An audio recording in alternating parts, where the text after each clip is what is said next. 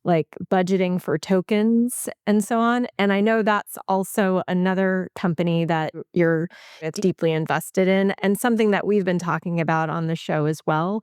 So I was wondering if you wanted to talk a little bit about that. So the company you're referring to is a company called Laridin, Larridin. I joined the board of the company in, I think, February of 2026, so just a few months ago. It's backed by Andreessen Horowitz, and the two founders are people I've known for a long time, great entrepreneurs. And they basically decided to try to work in this problem space of, okay, companies need help to figure out how they can get the productivity benefits of AI and also manage the costs. And what was been interesting just watching the journey for them and for AI in general is we've gone through kind of like three eras so far. So one era was when agentic coding just started, but not everyone knows this, but a lot of the pricing was still in a subscription model. And so therefore, you're like, awesome. There's a model called Opus 4.5, which from Anthropic kind of like really opened up agentic coding. And so somebody's using something called Claude Code or Codex, and they're like, awesome, use it as much as you want. It's fine. It's like $200 a month for a company that's affordable. And then those companies, the model providers were like, oh, we need to switch to charge per token because it's just exploding, right? And by the way, people assume the token costs would just plummet as things get cheaper over time, and they haven't. And so then we get to the second phase of what people affectionately call token maxing, using the Gen Z maxing term. And that's the idea of, okay, how do companies really adopt AI? Well, let's just get everyone build stuff, right? And use as many tokens as possible and create leaderboards of how much tokens each engineer has used. And that's the measure of success. Pay people bonuses based on that. And so we'll call the first phase was like, these phases are really short, by the way. First was like December to February, December 2025 to February 2026. It's almost like we were paying people to win the hot dog eating contest, right? 100%. That's it. Joey, Chestnut, or whatever. So February 2020, I love the analogy, February 2026 to call it like sometime in May 2026, we have this token maxing period. Everyone's posting things about token maxing and people are bragging about how many tokens they've used and da-da-da. And obviously then there was this, all of a sudden, CFOs started seeing the bills. And the thing is, they're used to budgeting with like fixed budgets. And this thing was not budgeted. And so then they're all like, oh my gosh, we need to look at how we manage it. And so you enter this third phase, which is, I think, just a more rational balance where you're like, I want adoption, I want productivity benefits, and I also want to do it with the right cost profile. It's a business. And so Laridin basically does both sides. So they measure the productivity of AI by looking at what are you doing with it, with AI and without AI, and what processes could be AI and all that. And that was their first product. And then their second product is, okay, how many tokens are you spending? How much money are you spending on tokens by model provider? How can you reduce the cost? Because there's all these good things you can do, like sending simpler workloads to cheaper models or open source models, all this stuff people are going to start doing. And so the economics of tokens is what this company is all about. But I think it underlies a bigger story, which is AI and enterprise has to be about business ultimately, not just technology, right? Fortune 500 CEOs can get away for a year-ish of like, hey, we're investing in AI. And then shareholders are gonna be like, okay, earnings per share, what's my revenue growth? Like the real things that matter to investors. And the CEOs are gonna start getting asked those questions very soon. And so we need to take this much more seriously from a business perspective. So what I love about this is not only that there's a solution out there, which is fantastic, but my arc of this was at the beginning of this journey, I kept asking everybody, all the CFO friends, all of my software friends, all of my innovator friends, how are people accounting for this? Where is the budget and where is it being applied? And I got the equivalent of crickets. It was like people would say things, but you could tell nobody was thinking about it. So I'm like, well, maybe I'm wrong. Maybe I'm worried about a problem that won't exist. Maybe it won't blow up in our face. And so then when the token maxing thing happened, I was like, one of these days I'm going to trust myself when I know there's a problem coming that people need to be taking more seriously. So yeah. I think a lot of this happens in any kind of like very ebullient like cycle, like where there's just like, I'm not calling it or frothy, not bubble, but whatever this is. We're just, we all are like, is that right? Does that make sense? Right. And then it's like, oh, it didn't make sense. Yeah. Right. Learning the same lesson over again. If it doesn't make sense, it doesn't make sense. Great. What could be wrong with 100 More. hot dogs? Yeah. Well, thank you so much, Nick, for joining us on the Meg and Amy show. We are so grateful. You guys are the best. I love talking to you. So fun. It's been a blast. Thank you. And call my mom and tell her I did a good job on this. Is that okay? Oh, I will. Absolutely. All right. Thank you. All right, Meg, you ready to leadership corner? So ready. Let's do this thing. Okay. Here we go. I made director right before maternity leave with my second kid.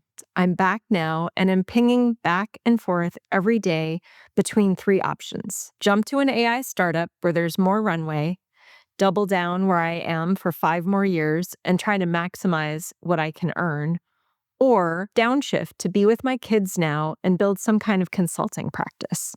AI is making the choice more urgent and harder at the same time. The labor market is unsettled, and honestly, there's some real burnout for me. How do I stop pinging and actually decide? Oh, well, first, bless you for recognizing that you're swirling a little bit. I think that's super important. Having been there, this is a big moment. I totally understand the angst. Obviously, the weight is a lot higher here, but when I came back, I had, with my second child, was right when Oracle had recently acquired PeopleSoft. So there was a tumultuous moment, and I definitely remember that feeling of like, how do I find my place? So I really am feeling your energy here, both in your question and in my own past experiences. So I think I have a couple things to tell you and some ways to think about this. I think the very first thing and the most important thing is it's going to work out.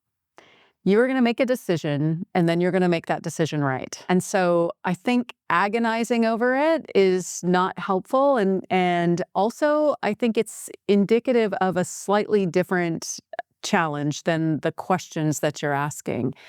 And I think the second order effect of that is the clue where you said, well, my choices are go work for an AI company, stay here for 5 more years, or start my own thing. I think you're creating choices that might not necessarily reflect the totality of choices you have. In other words, I don't know that you are making a 5-year choice if you choose to stay. I think it's perfectly fine to make a 1-year choice to stay and decide what to do next. I think it's perfectly fine to go see if there is a job at an AI startup that wants to hire you so that you can compare a real thing versus an imagined thing. I would say the place that I have the most hesitation for you is not necessarily based on doability, but just based on energy with kids, and that's the choice of doing your own independent. If you have a line on clients already and a path for that, then I say, sure, that's a completely viable and great solution.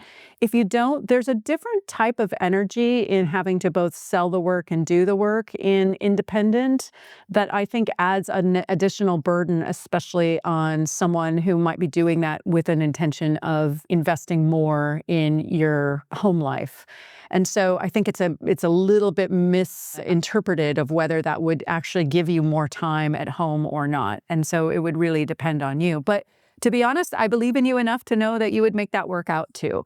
So again, I'm just right back at the beginning of where my advice was, which is the fact that you have choices is fantastic.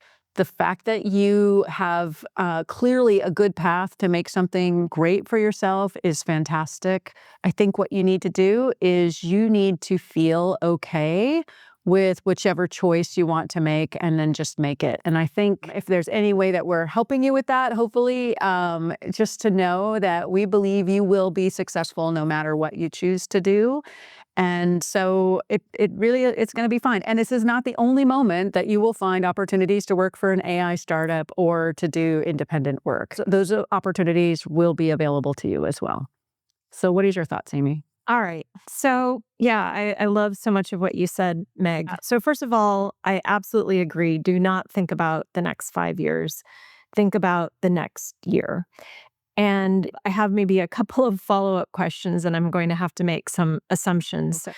So, first off, have you already been offered a job at the AI startup? Or are you thinking about looking for a job at an AI startup? I'm going to assume it's the latter.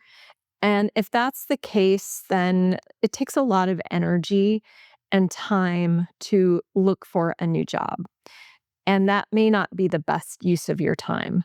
I had a friend, a former employee of mine, that came to me with a similar situation. What I recommended to him was that you really take the time that you would have invested in trying to find a new job, of maybe even doing a new job, and apply that to your current situation to get like really AI pilled. It's possible you're already super AI pilled, but I'm guessing that there's a lot more that you can do to rethink your current role and how you can leverage AI in it today, and it builds stories and to build your own internal resume that you can leverage for a role elsewhere. So after you spend the next, 3 to 6 months doing that, you can decide if, okay, is where I'm at right now, am I still learning? Am I still growing? Is this enough? Or do I want to then take all of that learning and spend the time to find something new? The other thing that I would be curious about is, what's your home situation and what time and energy do you have available? Do you have a supportive co-parent at home that is able to take on a lot of the workload? Are you able to put a tremendous amount of energy and time into your career right now, or is it going to be very difficult to do that? For me personally, I did. And so like when I came back from maternity leave and got the director job, I like was able to just keep going and and moving up and that sort of thing, but I had tremendous support at home. And so it's going to depend on that as well. And so if you do already have that job lined up and you have tremendous support at home and you're like super jazzed about it, go for it. But assuming that none of that is true, like I would take your current situation and make it just really work for you so that you set yourself up for all of the opportunities, let's say 6 months or a year from now. Hopefully that was helpful. It's certainly delightful that we got new questions coming in, so please do keep them coming. Yeah, absolutely. Okay, so Nick was just a bundle of energy and joy, just so much fun. What are your thoughts on today? So, I've just been a fan of Nick for so long, and we've been eager to get him on the show for quite some time, and we've had a few reschedules. So it was just really lovely that he was able to carve out time for us. I know he's really busy right now. And it was, I think, exactly what I expected, in the sense of he is using this time in a similar way as we are, Amy, which is to get super curious, to challenge what he knows, and to think about where the future vectors of innovation are, but at the same time, also thinking about how can he support and help others. And so I think that was such a great way to see someone role modeling that. We have so many friends that are in these transitionary states, and I think you couldn't find somebody better to follow in that, using this time to make really important things happen while you're out of an operator role. Yeah, I love that. It's great. Let's invent the future together, everyone. I believe in us. Let's make every day count.